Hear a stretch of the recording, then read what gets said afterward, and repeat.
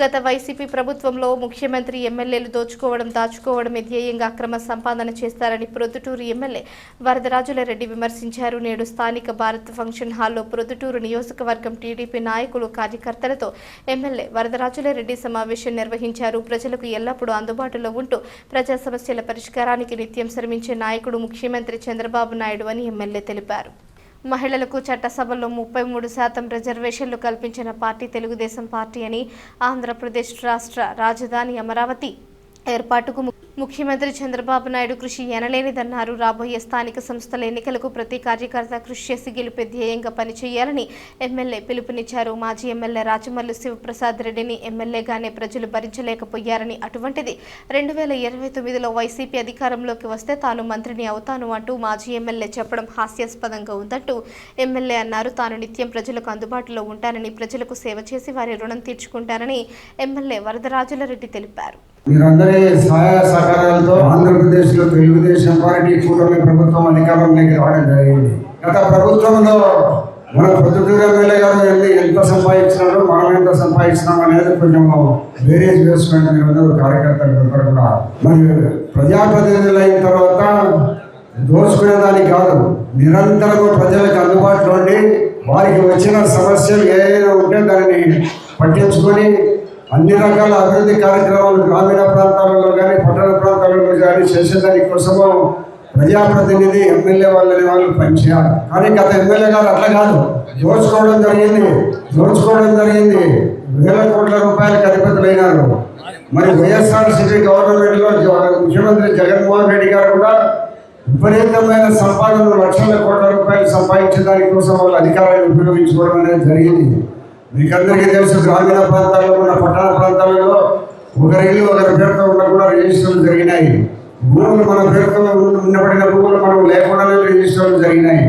ఇటువంటి పరిస్థితుల్లో మనము తెలుగుదేశం పార్టీకి మొన్న అదే పార్టీ వస్తే మనకు తీవ్రంగా నష్టపోతామనే మంచి ఆలోచనతో తెలుగుదేశం పార్టీ మీరు అందరూ ఓట్లు వేసి గెలిపించడం జరిగింది. కాబట్టి నేను చెప్పాను ఇందాక, ప్రజాప్రతినిధి నీతిగా ఉండాలా, నిజాయితీగా ఉండాలా, ప్రజలకు ఎల్లవేళ అందుబాటులో ఉండాలనే ప్రజాస్వామ్యంలో ఎమ్మెల్యేగా ఉండబడిన ఉండాల్సిన వ్యక్తి. అదే మాదిరిగా చంద్రబాబు నాయుడు గారు కానీ లోకేష్ గారు కానీ నిరంతరం పార్టీకి సర్వీస్ చేస్తూ 24 గంటల్లో 18 గంటలు పార్టీకి పనిచేయడం అనేది జరుగుతుంది. ముఖ్యమంత్రి 8 గంటలు పనిచేసిన ముఖ్యమంత్రి నేను 6 సార్లు శాసనసభ్యునిగా ఎన్నికయ్యారు. మరి ఇంత కష్టపడి పనిచేసిన ముఖ్యమంత్రి గారు చంద్రబాబు నాయుడు గారు తప్పగా ఎవరు లేరు.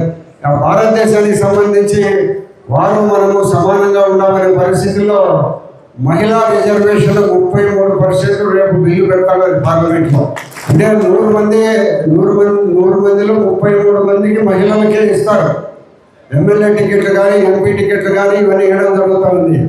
అయితే ఇప్పటికే స్వర్గీయ ఎన్టీ రామారావు గారు తెలుగుదేశం పార్టీ మండల వ్యవస్థ వచ్చిన తర్వాత జెడ్పీటీసీలు కానీ మండల ప్రెసిడెంట్లు కానీ వీళ్ళందరూ కూడా 33% ఇక్కడే మన రాష్ట్రంలో అమలు జరుగుతూ ఉంది ఇప్పటికే.